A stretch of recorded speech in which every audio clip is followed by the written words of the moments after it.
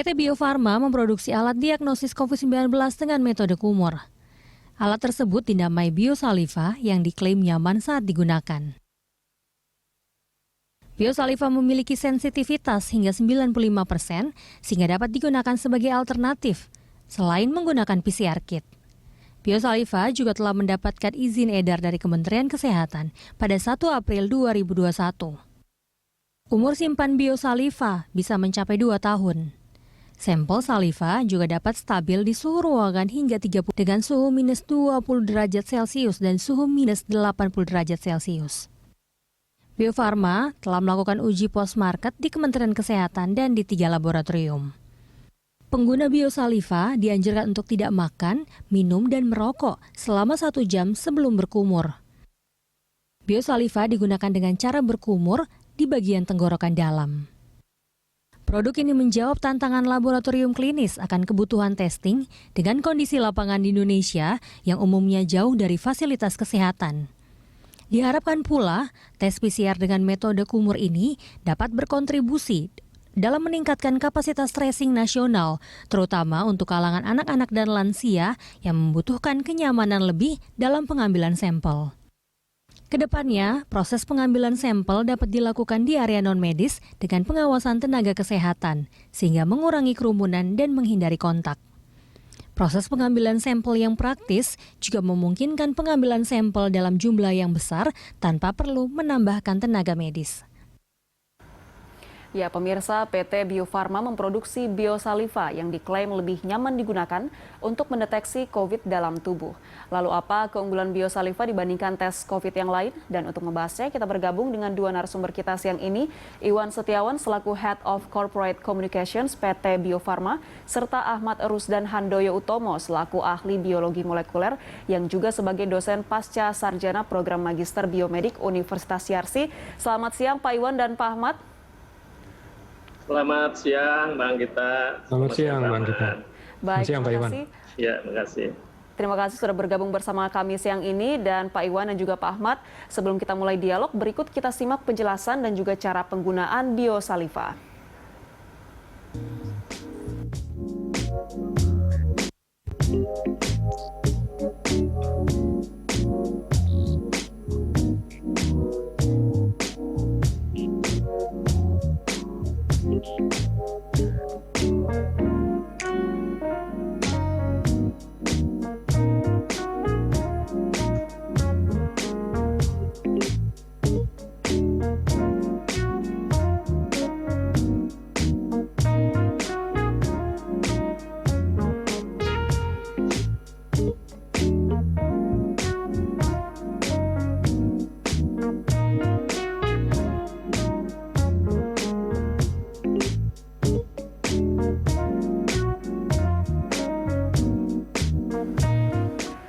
Ya, itu tadi cara penggunaan dari Biosaliva. Langsung saja kita mulai dialog kita siang ini. Sebelum ke Pak Ahmad, saya ke Pak Iwan dulu. Pak Iwan, mungkin bisa dijelaskan lebih lanjut kepada masyarakat apa itu Biosaliva dan apa keunggulannya dibandingkan dengan tes COVID metode lain. Ya, terima kasih Mbak Gita. Jadi Biosaliva ini adalah sebuah media khusus yang kami produksi untuk pembawa virus SARS-CoV-2 ya sebagai penyebab dari COVID-19. Nah, di mana metode ini atau pengambilan sampelnya ini adalah dengan cara berkumur atau gargle ya. Gargle ini atau berkumur ini kalau selama ini kita mengambil sampel itu dengan cara di swab ya, swab nasofaring atau orofaring itu. Kalau sekarang dengan Biosaliva ini dengan media yang kita khusus buatkan itu kita bisa mengambilnya itu dengan cara dikumur-kumur. Jadi ini jauh relatif lebih mudah dan lebih nyaman barangkali ya untuk pengambilan sampel. Jadi ini pengambilan sampel, adapun untuk pengujiannya itu sama. Pengujiannya sama nanti yakni menggunakan yang namanya kita PCR ya. Jadi menggunakan sama dengan PCR, hanya cara pengambilan sampelnya saja tetapi tidak mengurangi dari sensitivitasnya. Yang tadi juga disebutkan kita bisa mampu 93 sampai 95% untuk sensitivitas dari gargling ini atau dari Biosaliva ini. Nah, kemudian dari sisi keunggulannya tentunya adalah Yang pertama dari sisi kenyamanan ya. Kalau selama ini mungkin anak-anak atau orang dewasa pun sama merasa tidak nyaman kalau dengan cara swab ya, swab baik untuk naso ataupun oro. Nah sekarang itu bisa dengan cara berkumur. Kemudian yang keunggulan kedua adalah itu tadi kita bisa mempertahankan virus itu di suhu kamar sehingga kita tidak memerlukan lagi alat atau cold chain yang khusus untuk penyimpanan. Jadi sangat mudah dan penggunaannya pun itu bisa digunakan oleh perorangan. Jadi bisa kalau misalnya ada orang yang yang akan menggunakan Biosaliva ini bisa digunakan dengan sendiri, meskipun kami tetap menganjurkan itu tetap diawasi oleh Nakes. Kenapa? Karena khawatir cara berkumurnya itu tidak benar. Karena memang yang benar itu yang tadi dicontohkan itu harus sampai ke tenggorokan bagian dalam. Nah kalau memang orangnya memang aware atau memang kesadaran penuh bahwa dia ingin mengetahui apakah dia terpapar atau tidak dengan COVID-19, dia akan betul-betul mengambil sampelnya itu dengan benar. Tetapi kalau orang yang akal-akalan, nah itu khawatir dia asal-asalan. Nah, jadi berkumurnya tidak sampai ke bagian dalam. Nah, makanya ini tergantung motivasinya kali ya, tergantung motivasinya. Kalau yang betul-betul ingin mengetahui bahwa saya ini positif atau negatif, dia berkumurnya akan benar. Tetapi kalau yang dikhawatirkan lebih baik diawasi oleh tenaga kesehatan. Tetapi praktisnya itu bisa dilakukan oleh sendiri tanpa oleh tenaga kesehatan. Seperti itu, Mbak. Baik, nah ini untuk mengetahui hasil dari pengujian dengan menggunakan Biosaliva ini berapa lama Pak waktunya? Kalau pengujiannya seperti saya tadi sampaikan ini sama dengan PCR yang pakai swab, Mbak. Jadi kalau pengujiannya ini sama, kita menggunakan PCR. Jadi mohon juga dipahami oleh masyarakat bahwa ini adalah cara pengambilan sampel saja. Cara pengambilan sampel yang semula atau yang selama ini kita kenal dengan swab, yang sekarang dengan kumur. Adapun pengujiannya kita sama menggunakan PCR, yakni atau RT-PCR ya, real time polymerase registration itu langsung sama seperti yang dilakukan dengan swab ya. Jadi artinya lamanya itu sama, ada yang bisa 1 sampai 2 hari ya, seperti yang dilakukan seperti yang PCR selama ini. Cuman untuk yang gergel ini atau yang kumur ini belum kita rekomendasikan untuk pengujian untuk antigen. Jadi hanya untuk PCR. Seperti itu. Jadi sama Mbak, seperti yang swab ya. Baik, saya selanjutnya mau tanya ke Pak Ahmad. Pak Ahmad, ini seperti yang tadi Pak Iwan sebutkan bahwa untuk sensitivitasnya mencapai 95%. Ini kalau dibandingkan dengan swab test seperti biasa atau tes PCR usap, apakah ini sama sensitivitasnya atau seperti apa? Ya, terima kasih Mbak Anggita. Jadi dari penjelasan Pak Iwan tadi itu, angka 90% itu kan relatif dibandingkan dengan PCR gitu ya. Jadi kalau misalnya PCR menemukan 100 kasus positif, nah berarti dengan PCR dengan koleksi dari gargle ini ya, dengan kumur ini itu bisa mendapatkan 97 gitu. Jadi artinya angkanya itu mirip sekali dengan PCR. Itu dimaksud dengan sensitivitas. Hanya saja mungkin kalau boleh izin nih Pak Iwan juga dan Bu Anggita, ini masalah bahasa ya di kita ini emang ada keterbatasan makna kumur gitu. Kalau saya lihat dari videonya sudah benar ya konsep gargle-nya, yaitu apa? Ini bukan kumur dalam artian kita begini nih, ini saya akan praktekkan ya. Kumur itu kan misalnya begini, bukan itu. Yang dimaksud adalah gargle. Gargle itu berarti kita dongakkan. Jadi kita ambil cairannya itu, kita dongakkan ke atas, gitu.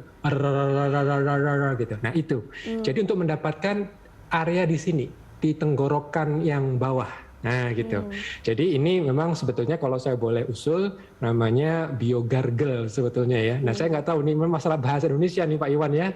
Jadi karena kalau kumur saya khawatirnya nanti akan ada negatif palsu. Karena apa? Karena dari data tadi itu sebetulnya memang sangat terkait dengan cara tanda kutip kumurnya ya. Jadi cara gargle-nya. Jadi memang betul dianjurkan di bawah pengawasan Nakes, karena mungkin buat orang Indonesia istilah gargle itu masih belum jamak ya. Karena kalau misalnya mereka sendiri, saya udah bener kok, saya sumpah nih, saya betul-betul beneran. Tapi ternyata pemahaman mengenai kumurnya yang nggak pas gitu ya. Jadi insya Allah, tapi betul sekali, saya setuju dengan Pak Iwan, kita ini semua betul-betul niatnya harus bersih gitu ya. Jadi kita betul-betul ingin mengetahui dengan benar. Jangan cuma ngasal ya, misalnya diludahkan, misalnya cuma diludah, itu nggak boleh. Itu nggak bisa, karena data kita sendiri juga kalau hanya diludahkan saja itu hanya 30% sensitivitasnya, jadi jauh sekali. Jadi kalau niatnya emang udah dari awal nggak baik, ya berarti ya jangan. Tapi kalau mau niatnya baik, digunakan dengan gargle yang benar. Jadi artinya digargelkan, jadi supaya area yang bawah sini bisa mendapatkan sampel yang bagus. Baik. Demikian. Baik, nah ini Pak Iwan, bagaimana tanggapannya terkait dengan saran dari Pak Ahmad terkait dengan nama dari Biosaliva ini? Ya, betul. Memang kita menamakan di situ adalah gargle atau kumur, dan memang kumur yang kita maksud adalah sampai ke tenggorokan bagian dalam ya. Artinya memang sampai harus kita mendongak ke atas. Nah itu agar apa? Agar sampel yang betul-betul kita dapatkan ini adalah akurat, sehingga kita bisa mendapatkan virus SARS-CoV-2 itu yang kita memang ingin deteksi dengan PCR itu betul-betul didapatkan. Jadi memang betul-betul dari bagian dalam, bukan hanya kumur-kumur di luar. Memang ini perlu sosialisasi dan pemahaman bersama ya, terkait dengan cara kumur-kumurnya sendiri. Yang betul itu. Tapi memang dari sisi penamaan kita kasih namanya gargle dan metode kumur sampai hari ini memang itu untuk menamakan yang paling tepat ya.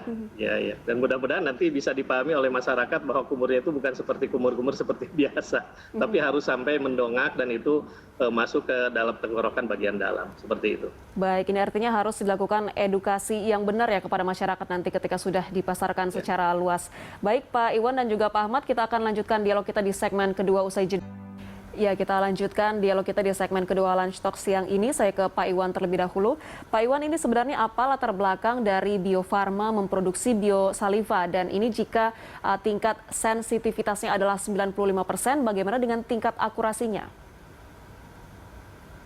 Ya, pertama kita Bio Farma latar belakang pembuatan ini adalah kita sebagai pengganti atau mungkin bisa dijadikan pengganti untuk mendapatkan sampel ini dari metode kumur yang selama ini mungkin dengan sebab kurang nyaman, ini kita bisa dengan metode gargle ini. Dan ini ada beberapa memang kondisi masyarakat atau yang tidak bisa atau tidak nyaman dengan diambil dengan swab, misalnya anak-anak atau lansia ataupun mereka yang tidak bisa diambil dengan metode swab, sehingga kita sekarang ada metode baru yakni dengan gargle ini. Kemudian yang kedua ini kita berharap dengan adanya metode yang baru dan juga lebih mudah ini untuk meningkatkan dari kapasitas tracing, karena ini bisa dilaksanakan lintas geografis gitu ya, yang selama ini mungkin susah dicapai dengan para nakes, ini sekarang bisa dilakukan. Bahkan kita sendiri ini sudah sekarang bisa melakukan sendiri, kemudian sampelnya dibawa sendiri, sudah dalam bentuk atau sudah ada dalam media tersebut. Kemudian terkait dengan penggunaannya itu memang jangan khawatir ketika berkumurnya itu meskipun ke dalam, jangan khawatir kalaupun tertelan, karena itu memang larutannya ini adalah larutan aman, larutan salin, jadi tidak akan berbahaya kalaupun misalnya sampai tertelan. Kemudian dari sisi sensitivitasnya, memang kalau kita bandingkan atau akurasinya, ini kita kalau bandingkan dengan swab yang antigen, kita masih di atas, artinya masih di atas swab antigen, tetapi tetap yang menjadi standar atau gold standar itu adalah swab yang PCR ya. Jadi kita masih di bawah swab PCR, tetapi kita masih di atas antigen. Dan ini kita untuk dari sisi kualitasnya, ini kita sudah mendapat izin juga dari Kemenkes. Jadi tidak ada kekhawatiran untuk menggunakan Biosaliva ini atau metode gargle ini, meskipun untuk gold standar itu tetap adalah swab PCR yang direkomendasikan oleh WHO. Seperti itu, Mbak. Baik, nah ini sudah mendapatkan izin dari Kemenkes dan kalau saya tidak salah saat ini sedang dalam tahap post-market research ya Pak. Nah, ini kapan akan mulai dipasarkan secara luas kepada masyarakat? Ya, sebetulnya sekarang sudah di beberapa tempat sudah kita lakukan dan ini sudah mendapatkan izin edar dari Kemenkes. Artinya saat ini kita sudah mulai disebarkan ke seluruh Indonesia, Pak. Sudah seperti itu ya. Baik, saya mau tanya ke Pak Ahmad. Pak Ahmad, kalau dari pendapat Anda sendiri, apakah alat ini nantinya bisa menggantikan tes antigen untuk upaya tracing? Ya, jadi sebenarnya ini ada perjalanan teman-teman di Bio Farma itu cukup lama yang menelitinya ya, karena kebetulan saya juga mengikuti sejak awal gitu kan, sejak dari mana mereka menggunakan sampel ludah gitu ya, dan hasilnya kurang bagus, hanya 30%. Tapi sekarang mereka punya inovasi yang sangat bagus, karena Mbak Anggita, yang namanya swab itu kan perlu tungkai khusus itu, dari Dacron itu perlu impor itu. Jadi kita sudah bisa menghemat ya kebutuhan dari swab tadi itu, kita tidak perlu impor itu lagi, cukup dengan gargle yang bagus. Itu juga memudahkan kita untuk tracing. Yang kedua yang menariknya juga, ini klaim ini sebetulnya juga divalidasi oleh pihak ketiga. Jadi bukan hanya dari pihak Bio Farma. Jadi kalau saya ikuti memang mereka melibatkan institusi lain gitu ya secara independen untuk mendapatkan hasil yang kurang lebih sama gitu. Jadi insya Allah kalau memang ini sudah bisa digunakan secara luas dan tentu dengan edukasi yang tepat bagaimana cara gargle yang tepat gitu ya. Itu akan sangat memudahkan tracing. Kenapa? Karena kita bisa bayangkan nanti teknik materi koleksinya itu kan mudah untuk didistribusikan, sehingga nanti masing-masing keluarga, apalagi sekarang sudah ada tatap muka sekolah gitu kan, guru atau murid yang mungkin ada indikasi kurang sehat misalnya, mereka dengan mudah mendapatkan koleksi kitnya tadi itu, mereka bisa gargelkan, lalu bisa dikirim ke laboratorium terdekat untuk diuji dengan PCR. Jadi ini mempermudah ya secara logistik, akses juga lebih mudah, dan apalagi tadi tidak perlu impor swab lagi, karena emang swab itu belum bisa dikerjakan di dalam negeri itu Mbak Anggita, harus impor. Jadi kan ketergantungan kita sudah bisa mulai kita kurangi ya. Apalagi ini teknik yang sangat penting, makanya ini teknik koleksi ini luar biasa penting. Dan alhamdulillah saya juga senang ya, ini tidak hanya dari Bio Farma saja hasil validasinya, tapi juga melibatkan pihak lain dari kampus lain. Gitu Mbak Gitu. Baik, nah tadi Anda sempat menyinggung terkait dengan waktu untuk mengirimkan sampel ini ke laboratorium. Saya mau tanya ke Pak Iwan. Pak Iwan, biosaliva ini mungkin membutuhkan waktu yang agak lebih lama ya dibandingkan dengan PCR test atau swab test antigen, karena mungkin dari rumah penggunanya ini harus diantarkan dulu ke labnya. Apakah itu tidak akan bermasalah dengan sampel gargle saliva yang sudah diambil?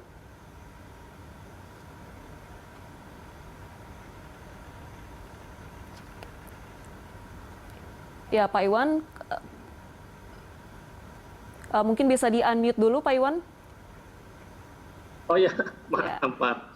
Ya, ini justru salah satu keunggulan dari biosaliva ini, karena dengan media ini kita bisa mempertahankan virus itu ya, virus yang tadi sudah diambil itu di dalam suhu kamar, sehingga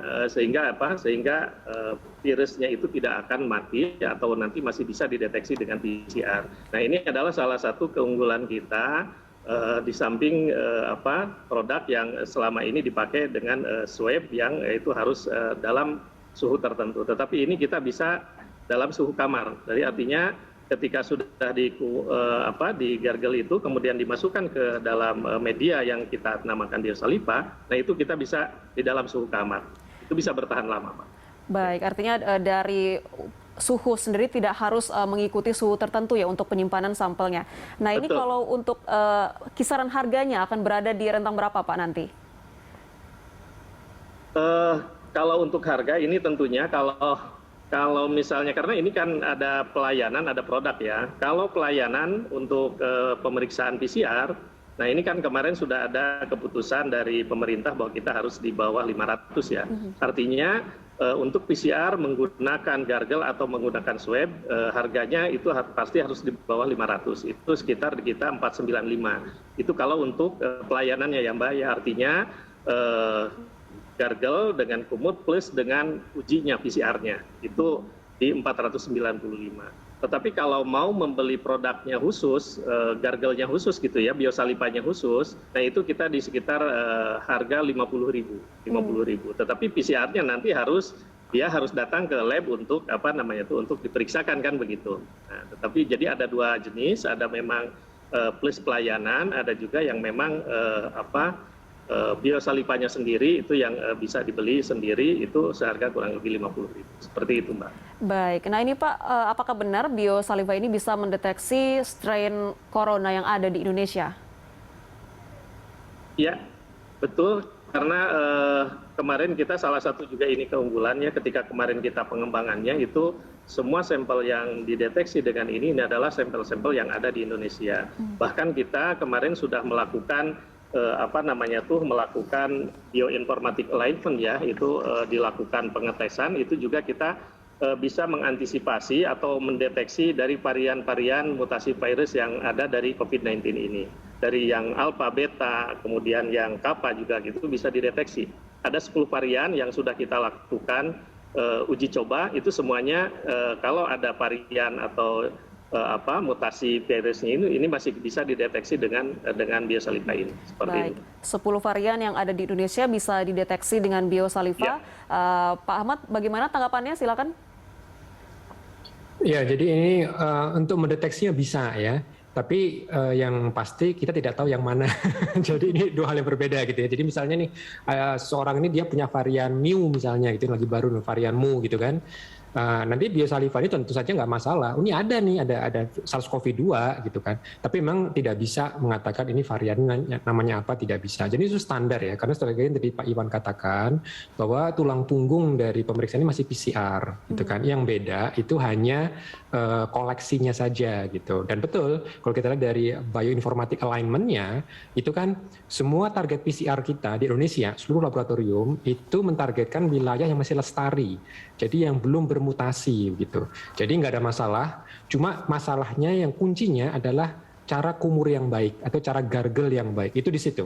Karena kalau gargle-nya nggak baik gitu kan, nah itu bisa menjadi negatif palsu di situ. Tapi kalau dari sisi varian nggak masalah. Apalagi tadi sudah ditegaskan sampel yang cukup lama dan kutip bisa 2-3 hari perlu perjalanan itu nggak masalah. Jadi untuk wilayah yang misalnya tidak ada lab PCR misalnya atau lab PCR-nya kapasitasnya kecil itu bisa kita kirimkan ke lab besar gitu sehingga tidak ada lagi istilahnya kok sampai berhari-hari menunggu hasil PCR enggak. Sekarang kan apalagi antar Indonesia itu kan dengan overnight delivery itu kan juga cepat gitu ya. Jadi ini sekali lagi mungkin perlu dipikirkan logistik supaya nanti angka kasusnya itu bisa kita monitor secara real time dan ini terbantu sekali kalau memang biosaliva ini distribusinya sudah merata di seluruh Indonesia. Jadi akan betul-betul pengambilannya itu bisa lebih cepat dan hasil juga bisa nanti keluar juga bisa lebih cepat. Baik, ini bisa menjadi solusi alternatif ya Pak untuk upaya testing nantinya. Pak Iwan dan juga Pak Ahmad, kita akan lanjutkan dialog kita di segmen ketiga Lunch Talk usai jeda pemirsa. Ya, kita tiba di segmen terakhir Lunch Talk siang ini, Pak Iwan dan juga Pak Ahmad. Di segmen-segmen sebelumnya kita sudah membahas terkait dengan sensitivitas dan juga tingkat akurasi dari tes ini yang dari hasil penelitian itu sudah bisa menjadi opsi lain ya untuk tes COVID lainnya seperti antigen dan juga PCR swab. Nah ini terakhir harapan dan juga pesan Anda untuk masyarakat, mulai dari Pak Iwan dulu, silakan Pak Iwan. Ya, tentunya ini adalah harapan kami adalah ini untuk mempermudah tracing ya, kapasitas tracing nasional sehingga kita bisa lebih akurat dan lebih luas lagi dalam mendeteksi COVID-19 ini. Sehingga masyarakat sekarang mudah-mudahan tidak ada alasan lagi untuk memeriksakan ya terkait dengan COVID-19 ini. Kalau misalnya kemarin kurang nyaman dengan swab, maka sekarang ada alternatif lain dengan adanya gargle ini. Dan kemudian saya juga ini merupakan apresiasi kita terhadap produk dalam negeri ya, ini yang kita kembangkan Bio Farma bersama-sama dengan lembaga-lembaga penelitian lainnya, bahkan dengan startup ini yang kita kembangkan, bahkan sekarang sedang dilakukan post marketing ini di 3 universitas, di Unpad, di UI dan di UNER ya, ini sedang kita lakukan dan hasilnya sudah menunjukkan yang baik. Artinya meskipun ini produk dalam negeri, nah insya Allah ini dari sisi akurasi dan kecepatan ini bisa kita laksanakan. Jadi mudah-mudahan dengan adanya produk baru ini bisa mempercepat untuk tracing atau memperluas tracing yang ada di Indonesia dan juga ada kenyamanan ya dalam pengambilan sampel yang selama ini orang merasa tidak nyaman dengan swab, mungkin sekarang bisa dengan umur atau gargle dan tanpa mengurangi kualitas atau sensitivitasnya dalam pengujian. Seperti itu, Mbak Kelvin. Baik, diharapkan ini bisa menjadi opsi tes COVID yang lebih nyaman ya Pak untuk upaya testing.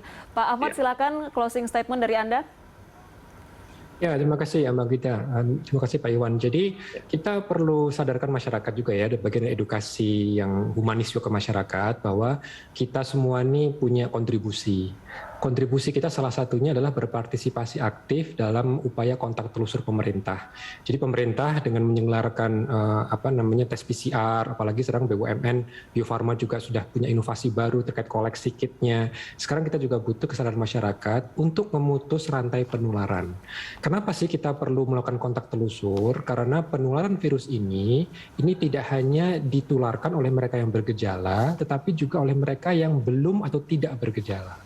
Nah, karena belum bergejala atau tidak bergejala ini, bagaimana cara melihatnya? Nah, kita harus melihatnya dengan tes PCR. Nah, ini sekarang dibantu. Kalau dulu harus pakai swab yang mungkin nggak nyaman, apalagi kalau bolak-balik ketemu terus nih sama pasien COVID gitu ya. Ini kan berapa kali PCR, berapa kali swab. Nah, ini dengan biosaliva ini mudah-mudahan ini bisa membantu juga dengan gargle yang benar ya, kuncinya di situ gitu.